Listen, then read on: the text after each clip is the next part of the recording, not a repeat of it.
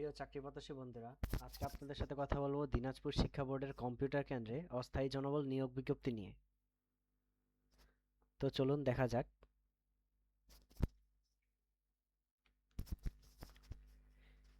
প্রথমে বলে নিই কি কি পদ আছে, পদসংখ্যা এবং বয়স অনুযায়ী আর প্রার্থীর যোগ্যতা নিয়ে। প্রথমে আছে সিস্টেম অ্যানালিস্ট। এটির বেতন হচ্ছে 43,000 থেকে 69,000 টাকা পর্যন্ত। গ্রেড 5। পদসংখ্যা একজন। 40 বছরের নিচে হতে হবে। আর কোনো স্বীকৃত বিশ্ববিদ্যালয় হইতে কম্পিউটার সায়েন্স বা কম্পিউটার সায়েন্সের ইঞ্জিনিয়ারিং অথবা ইলেকট্রিক্যাল ইঞ্জিনিয়ারিংয়ে দ্বিতীয় শ্রেণী বা ন্যূনতম সমমানের সিজিপিএ থাকতে হবে। এরপর রয়েছে প্রোগ্রামার। প্রোগ্রামার 35,500 থেকে 67,000 পর্যন্ত। বেতন গ্রেড স্কেল 5। পদসংখ্যা একজন। বয়স 35-এর নিচে হতে হবে। এখানেও সেম, কোনো স্বীকৃত বিশ্ববিদ্যালয়তে কম্পিউটার সায়েন্স অথবা ত্রিপলিতে আপনাদের ডিগ্রি থাকতে হবে। এরপর রয়েছে সহকারী প্রোগ্রামার। এটি 2 জন।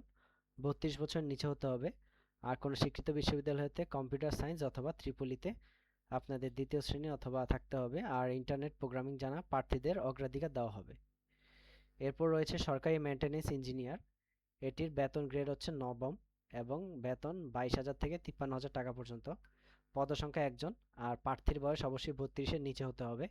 আর কোনো স্বীকৃত বিশ্ববিদ্যালয় হতে কম্পিউটার সায়েন্স অথবা ত্রিপলিতে দ্বিতীয় শ্রেণী থাকতে হবে ন্যূনতম।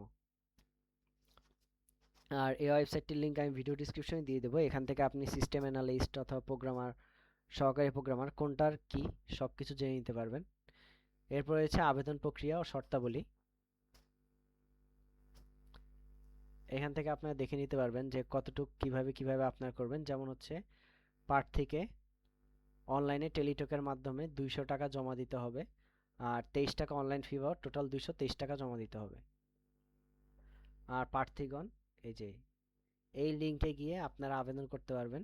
সরাসরি বা ডাকযোগে কোনো আবেদন গ্রহণযোগ্য হবে না। আবেদন করার সময়সীমা এবং প্রয়োজনীয় কাগজপত্র কি কি লাগবে ওয়েবসাইট থেকে সব পেয়ে যাবেন। ভিডিও ডিসক্রিপশন থেকে এটা দেখে নিতে পারেন।